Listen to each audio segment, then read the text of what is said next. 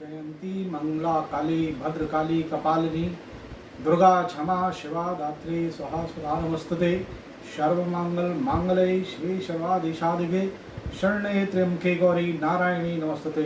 मित्रों नमस्कार, सभी दर्शकों को मेरा नमस्कार। आज फिर एक ऐसे विषय पर लेके आया हूँ जिस विषय पर आज तक किसी ने वीडियो नहीं बनाया। ये विषय है कुंडलिनी जागरण तंत्र। कुंडलिनी जागरण एक ऐसी गूढ़ रहस्यमय विद्या है जो पूरे भारत में चंद लोगों के पास हो सकती है। मैं उस विषय का विद्यार्थी हूँ और काफ़ी प्रयास किया है मैंने इस विद्या में। मैं कहाँ तक पहुँचा हूँ ये मैं खुद नहीं जानता, लेकिन ये एक ऐसी विद्या है जिसके बारे में मैं आपको बताने जा रहा हूँ। कुंडलिनी जागरण हमारे शरीर में 7 चक्रों का भेदन बताया है। ये एक योग साधना है और इसको गुरु के सानिध्य में ही करना चाहिए। कुंडलिनी जो है एक सर्पने की तरह होती है जो हमारे मूलाधार में जहाँ हम बैठते हैं, जो गुदादार होता है, उसके पास में ही सर्पने की तरह सोई रहती है। और जब ये जागृत होती है तो ये हमारी पीठ में, यहाँ से पीठ में और ऊपर तक जाती है और यहाँ मस्तिष्क में जब 7 चक्र भेदन हो जाते हैं तो फिर ये गोल गोल इस तरीके से चक्र बना लेती है। ये चक्र ऋषि मुनियों का ही जागृत हो पाता है। हमारे देश में बहुत से ऋषि मुनि थे, ये सब चक्र भेदन की विद्या जानते थे और इसलिए इन्होंने आंखें बंद करते ही इनके 7 चक्र जो है जागृत होते थे और ये किसी भी भविष्य में होने वाली घटना, चाहे वो भगवान के बारे में स्वयं क्यों ना हो, वो भी जान लेते थे और आगे क्या होगा, किस तरह से क्या चलना है। इस तरह भगवान राम के गुरु थे, उन्होंने ये विद्या अपने राम जी को दी थी चक्र भेदन की। ये कुंडलिनी जागरण तंत्र है, योग साधना है। इसके लिए बहुत साधना करनी पड़ती है और वास्तविकता ये है कि पूर्व जन्म के संचित कर्मों से ही ये प्राप्त होती है।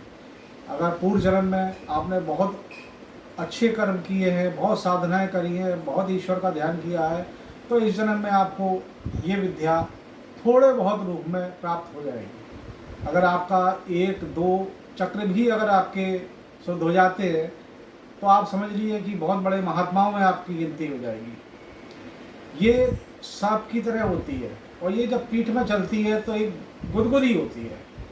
ये एक गुदगुदी होती है, आपको बिल्कुल बेचैनी होगी बैठे बैठे। जब ये जागृत हो जाएगी, थोड़ी भी जागृत होती है तो आपको एकदम बेचैनी होगी कि यहाँ मेरे पीछे कुछ चल रहा है, एकदम सांप की तरह चल रहा है। ये रीढ़ की हड्डी के बाईं तरफ चलती है, रीढ़ की हड्डी के बिल्कुल बगल में बाईं तरफ चलती है और ये कमर से नीचे से स्टार्ट होती है और ये यहाँ तक लोगों की आती है, लेकिन उसके ऊपर नहीं जा पाती है।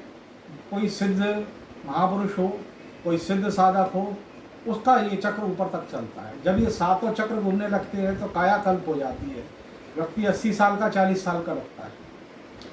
ये कुंडलिनी जागरण तंत्र वो है कि आप किसी भी व्यक्ति के भूत, भविष्य, वर्तमान सब कुछ जान सकते हैं और दुनिया में होने वाली प्रत्येक घटना की जानकारी कर सकते हैं। कुंडलिनी जागरण तंत्र ऐसा तंत्र है कि इसको ध्यान योग के द्वारा ही किया जाता है और इसकी एक वाम मार्गी भी विद्या है जिस तरह से किया जाता है, लेकिन वो गलत है क्योंकि इसको जागृत करना पड़ता है।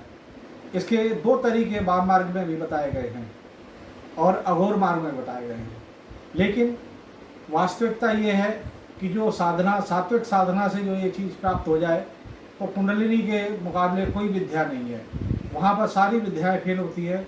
जहाँ जिसकी कुंडलिनी थोड़ी भी जागृत है तो वो व्यक्ति साक्षात भगवान की तरह काम कर सकता है, कुछ भी कर सकता है, किसी का भी भविष्य भी ठीक कर सकता है, किसी की आने वाली विपत्ति को भी हल्का कर सकता है, उसको रास्ता बता सकता है और भी बहुत के चमत्कार होते हैं। कुंडलिनी जागरण तंत्र जो है हमारे कुछ गुरुओं के पास था। जैसे हमारे गुरु जो दतिया पीठ के स्वामी जी थे, उनके पास ये विद्या थी। स्वामी जी अक्सर इसके बारे में कभी अपने शिष्यों से चर्चा किया करते थे। दतिया पीठ के स्वामी पीताम्बरा महाराज जो थे, वो इसके बारे में बहुत अच्छी उनके पास वो थी। उनके कई चक्र जागृत थे और मुझे लगता है कि उनके शायद 5 चक्र तो पूरे जागृत थे, 7वें चक्र तक भी वो पहुंच रहे थे और वो बहुत सिद्ध पुरुष थे। और इसी तरह रामकृष्ण परमहंस के भी उनके भी 5 चक्र जागृत थे, 7वें चक्र तक वो भी पहुंच रहे थे। तो इन लोगों ने कुछ भी बहुत भी चमत्कार किए। और रामकृष्ण परमहंस के जो शिष्य थे स्वामी विवेकानंद जी, उन्होंने उनको वैसे ही चक्र जागृत कर दिए थे विवेकानंद जी के, उनको सामने बिठाला और उनके चक्र जागृत कर दिए शक्तिपात करके। शक्तिपात होता है पाँव के बीच में, और ये अंगूठे से भी किया जाता है और सामने बैठकर ध्यान योग से भी किया जाता है। कुंडलिनी जागरण तंत्र में आप लोग साधना कीजिए, आगे बढ़िए और कुंडलिनी जागृत करने की प्रयास कीजिए। इसके बारे में फिर कभी एक वीडियो और बनाऊंगा और विधि बताऊंगा। तब तक के लिए नमस्कार, खुश रहे और चैनल को सब्सक्राइब करें। अगर इसी तरह के वीडियो आपको देखना है तो गुण विद्याओं के ऊपर, तो चैनल को सब्सक्राइब करें, लाइक करें। बस यही मेरा निवेदन है। धन्यवाद।